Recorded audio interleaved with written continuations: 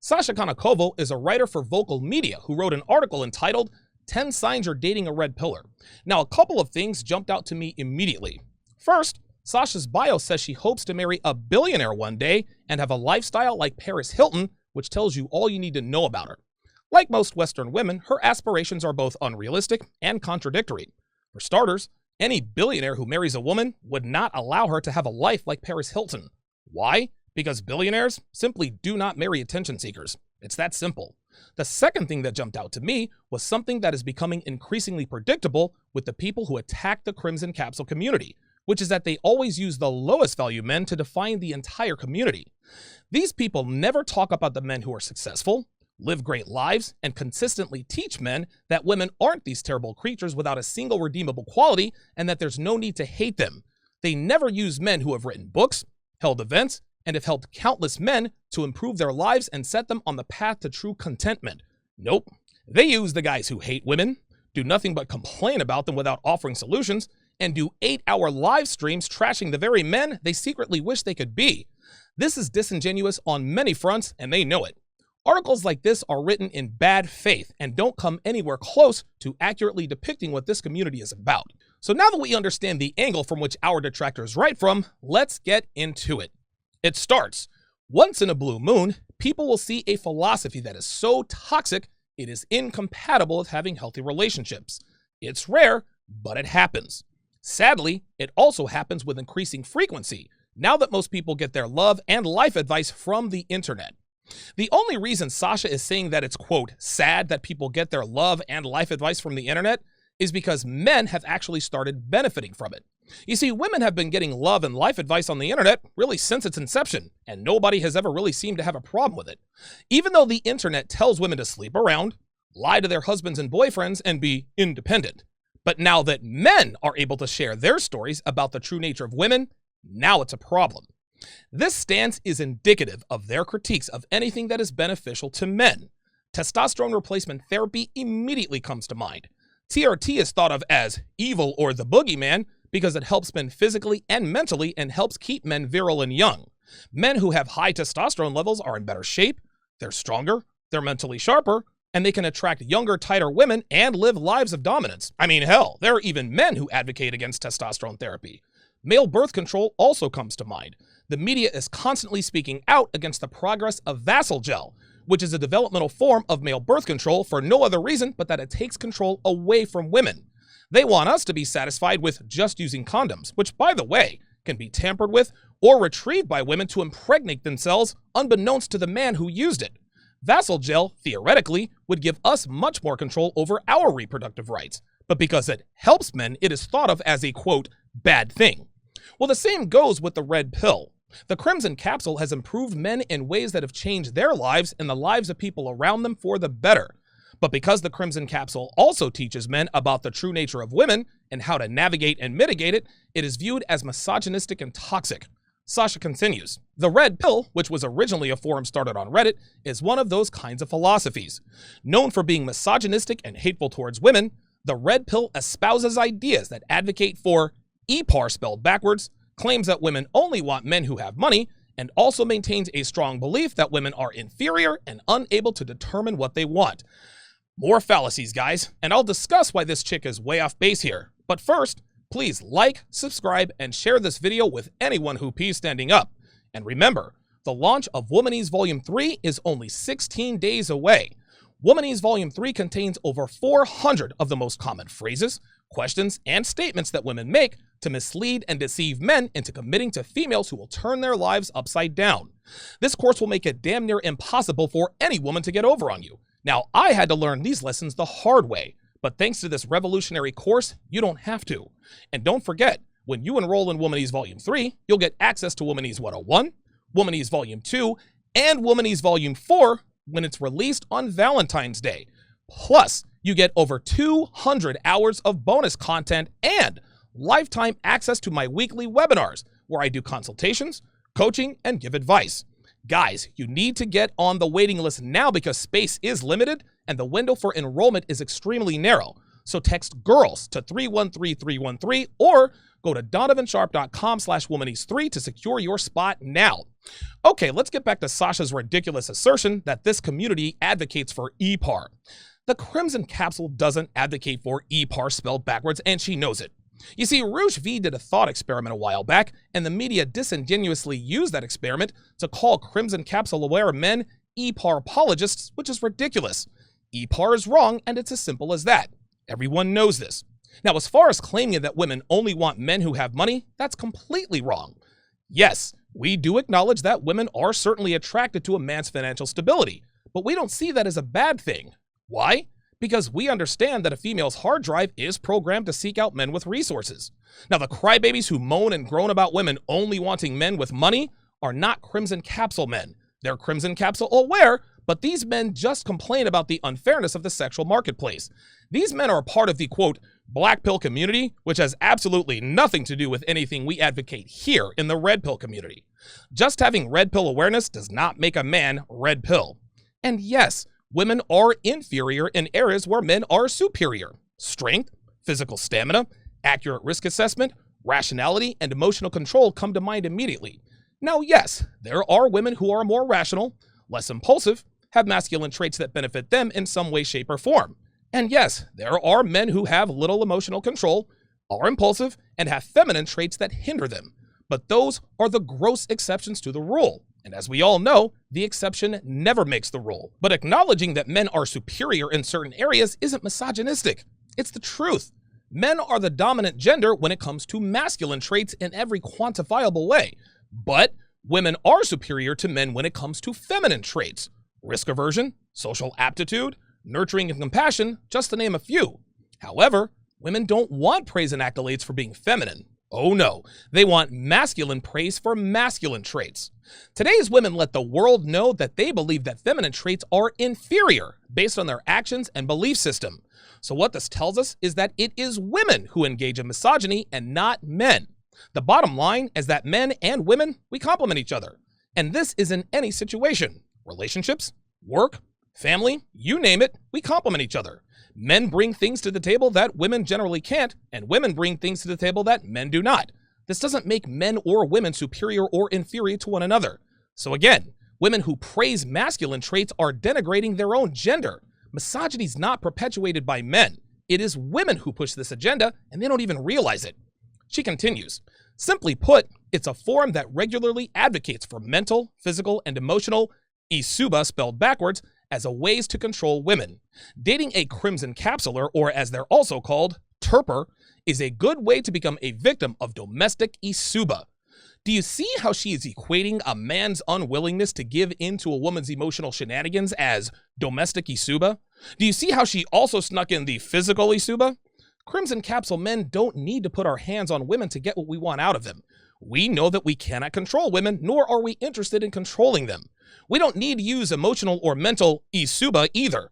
Instead, we give women choices, and choices come with consequences both good and bad. But women like to characterize these choices as, quote, ultimatums or isuba simply because they don't like their options.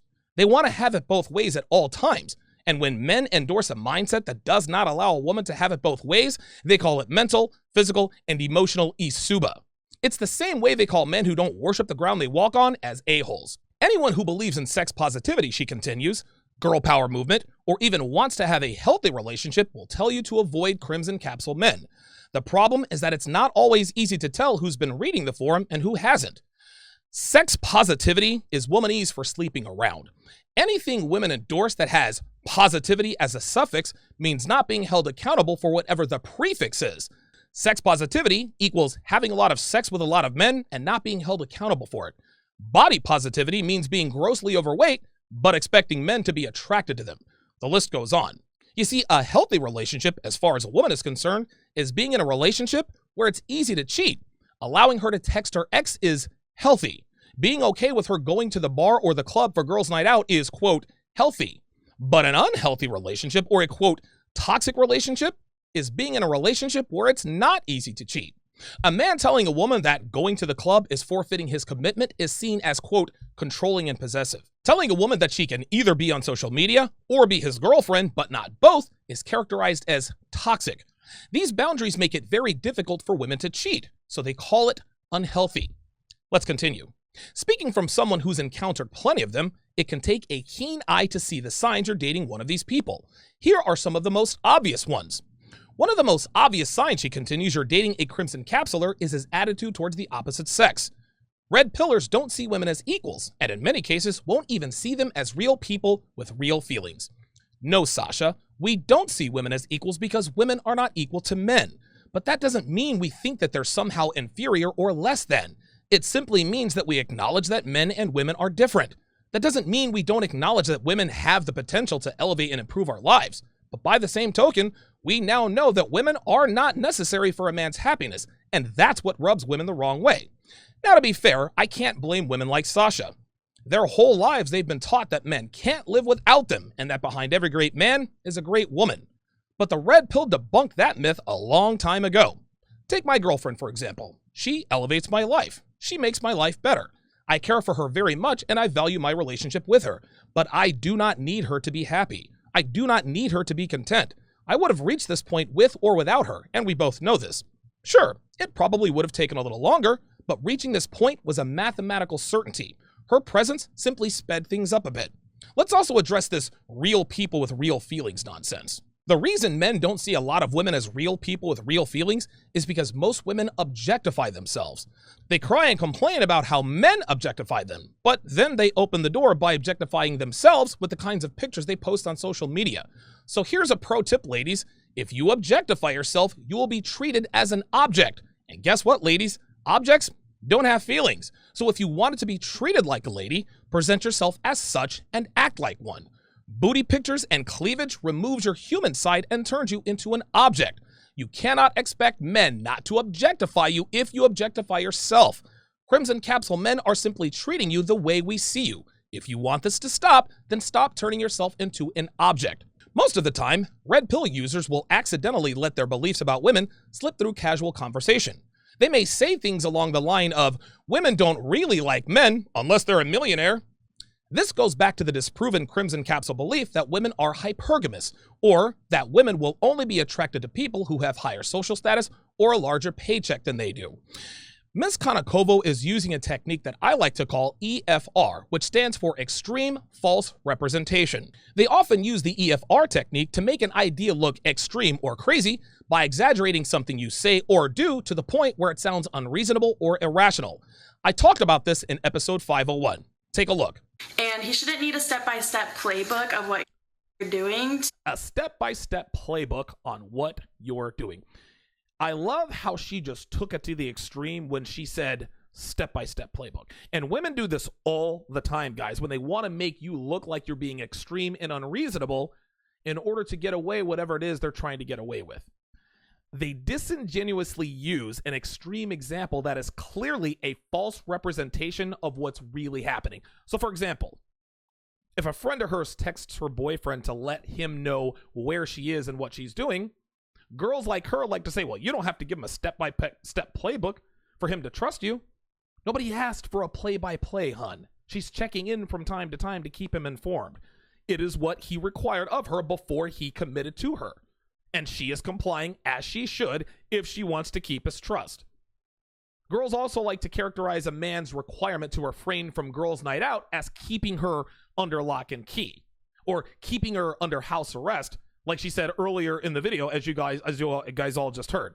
Girls like to use this technique to once again shame you into allowing her to engage in bad behavior or to get out of something that you ask her to do. What, you want me to dress up when you take me out? It's not like we're going to a black tie event at the White House. Girl, you don't have to tell him where you are or what you're doing. He's not your father. Ms. Konakovo says that we say women don't really like men unless they're a millionaire, which is the perfect example of EFR in action. Acknowledging that women are attracted to men of means and resources is a far cry from saying women only like millionaires. Now, the black pill guys use this rhetoric all the time, but 5%ers do not. So it's no surprise that she's using these black pill losers as the bar. She also uses partial EFR when she says that we say women will only be attracted to men who have a higher social status and a larger paycheck than they do. Now, this is true, but only to an extent. Women are attracted to men of higher status and money, but if a man has higher value in other areas, women will still be attracted to them. For example, a woman who makes $65,000 a year would gladly date a man who makes less than half of that if he has a superior physique, is extremely confident and attractive to other women. His lack of income is compensated for by his physique, his confidence, and pre-selection. That same woman would also date a guy who is flat broke, but is the lead singer of the most popular rock band in the city. His celebrity and potential for bigger and better things in the future negate his small bank account. Now, on the other side of that coin, men don't just want to date and marry perfect 10s, which is another EFR women like to use. Men like us will get with an average-looking woman if she keeps herself in great shape, takes good care of us, has a kind disposition, and stays in pocket. I practice what I preach in this regard, as this is exactly who and what my girlfriend is. She's not the prettiest girl in the world, and she is on the wrong side of 30, but she trains 5 days a week to keep her incredible physique intact. She's great in the kitchen and actually likes cooking for me, and she elevates my life outside of the 7.5 minutes of bedroom fun we have from time to time. Red pill men, we don't expect perfection, but we do expect genuine effort. And women like Sasha do not like it when men like myself teach other men not to just arbitrarily invite any woman into his life based simply on her looks and declaration that she's a great catch. Guys like me are making it harder for women like her to get over on men. They don't like that they're actually now having to work for something they used to get for nothing. You're so emotional, she continues. Ugh, why do women have to be so sensitive? Ironic as it may be, the angry men of the Crimson Capsule tend to project their own sensitivities onto women. This is also a common tactic e-subers use in order to minimize their own wrongdoing, so that should tell you plenty.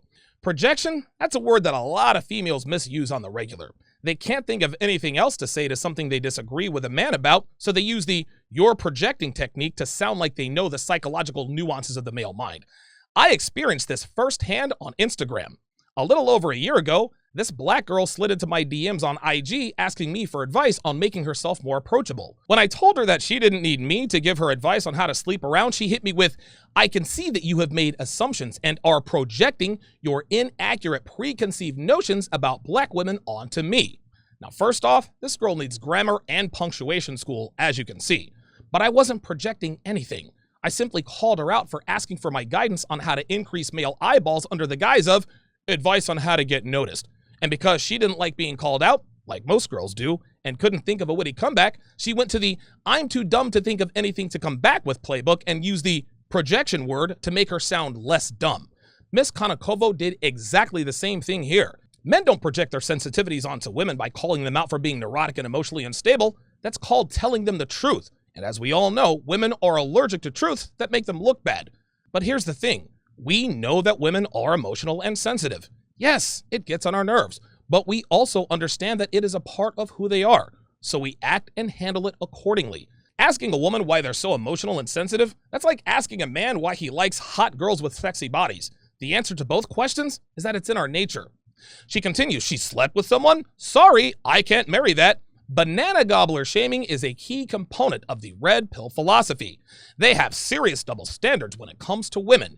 They can have as much sex as they want, but if a woman gets laid, it's bad news to them.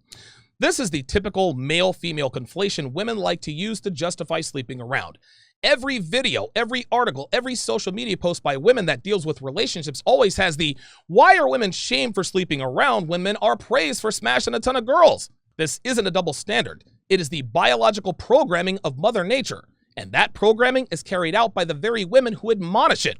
Women divide their body counts by 17 because they know that women who sleep around are less value than women who do not. They also know that women are aroused by men who have a lot of bedroom experience and are turned off by men who don't. Women who also call the slut-stud conundrum a double standard never realize that they're the ones who perpetuate it. They'll publicly shame girls for sleeping around, but then turn around and speak out against sausage collector shaming. All women talk out of both sides of their mouths in this regard. Let's continue. Not all men, she continues, not all men do bad things, true, but almost all women have experienced that. Crimson Capsulers can't stand the truth. Wrong, Miss Konakovo. Red pillars thrive on the truth. True red pillars, the 5%ers, we embrace the masculine burden of performance. We acknowledge that women cannot love us unconditionally. Now, we also understand that we are capable of doing some very bad things, and we don't make excuses for it. We correct our mistakes, we move on. Women, on the other hand, are allergic to the truth. When we say all women are like that, they lose their minds because they don't stop and think about the fact that we're not saying that all women are the same. They can't distinguish the difference.